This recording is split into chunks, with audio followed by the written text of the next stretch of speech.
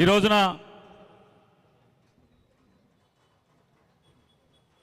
రాజకీయ అవసరాల కోసం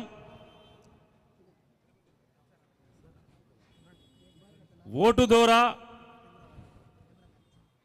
లేదా మతాన్ని రెచ్చగొట్టి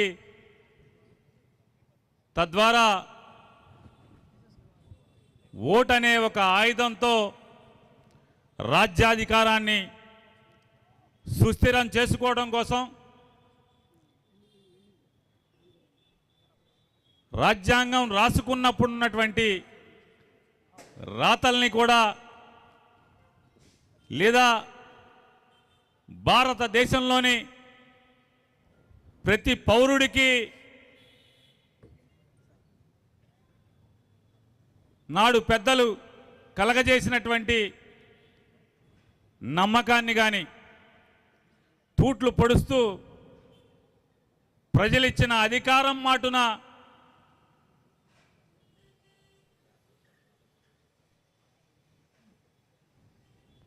ప్రార్థనా మందిరాల్లోకి లేదా మత సాంప్రదాయాల్లోకి లేదా వ్యక్తుల యొక్క ఇళ్లలోకి జొరబడే ప్రయత్నాల్ని ప్రభుత్వాలే చేస్తుంటాయి. ఇవాళ ఆ ప్రయత్నాలు ఎవరెవరైతే చేసేటువంటి ప్రభుత్వానికి అండగా సాయంగా ఉన్నటువంటి ప్రతి ఒక్కరిని కూడా ఇవాళ ఈ వేదిక గట్టిగా ప్రశ్నించడం కోసం ఈరోజు జరిపే ఒక నిరసన కార్యక్రమే ఇవాళ ఈ ధర్నాగా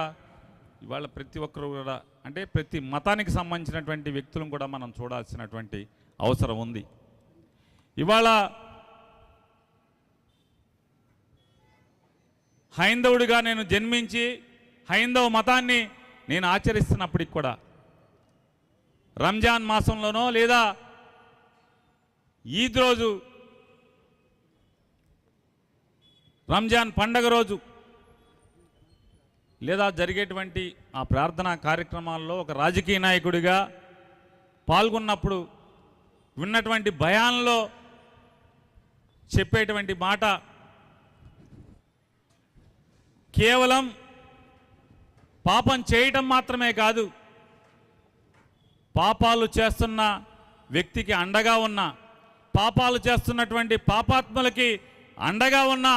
లేదా కళ్ళు మూసుకుని చూస్తూ ఉన్నా కూడా పాపాత్ముడి కిందే లెక్క అనేది ఖురాన్లో చెప్తుందనేది ప్రతి భయాన్లో కూడా చెప్తారు.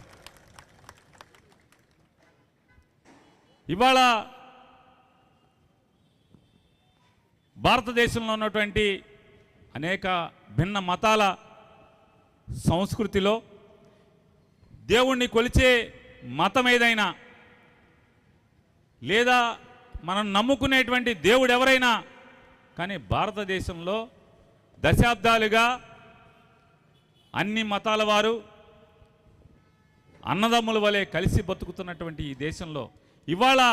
మతం పేరుతో కులం పేరుతో రెచ్చగొట్టి రాజకీయాలు పబ్బం గడుపుకోవాలి, అధికారాన్ని సుస్థిరం చేసుకోవాలి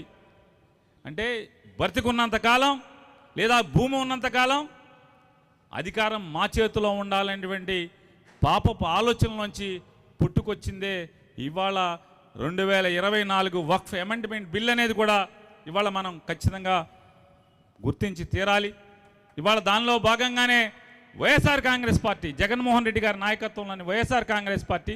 మాకున్నటువంటి లోక్సభలో ఉన్నటువంటి 4 లోక్సభ సభ్యులు కానీ లేదా రాజ్యసభలో ఉన్నటువంటి మా రాజ్యసభ సభ్యులు కానీ 600 అయినా మా రాజకీయం కానీ లేదా మా పరిస్థితులు తలకిందైనా ఈ వక్ఫ్ అమెండ్మెంట్ బిల్లుకి వ్యతిరేకంగా వైఎస్ఆర్ కాంగ్రెస్ పార్టీ ఓటు చేసి తీరుతుంది అని చెప్పనేది ఇక్కడ ఉన్నటువంటి మిత్రులకే కాదు భారతదేశంలోని ప్రతి మహమ్మదీ సోదరుడికి కూడా మా విజ్ఞప్తిగా మా మాటగా తెలియజేస్తూ ఇంకా అనేక మంది పెద్దలు ఉన్నారు కాబట్టి ఇక్కడితో నాకు ఈ అవకాశం వైఎస్ఆర్ కాంగ్రెస్ పార్టీ తరపున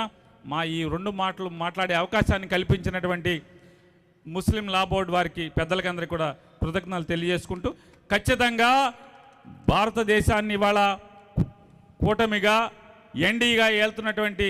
పెద్దలు ఈ మతాల్లో కులాల్లో ఇళ్లలో జొరబడేటువంటి కార్యక్రమాన్ని కట్టిపెట్టమని చెప్పని డిమాండ్ చేస్తున్నాం.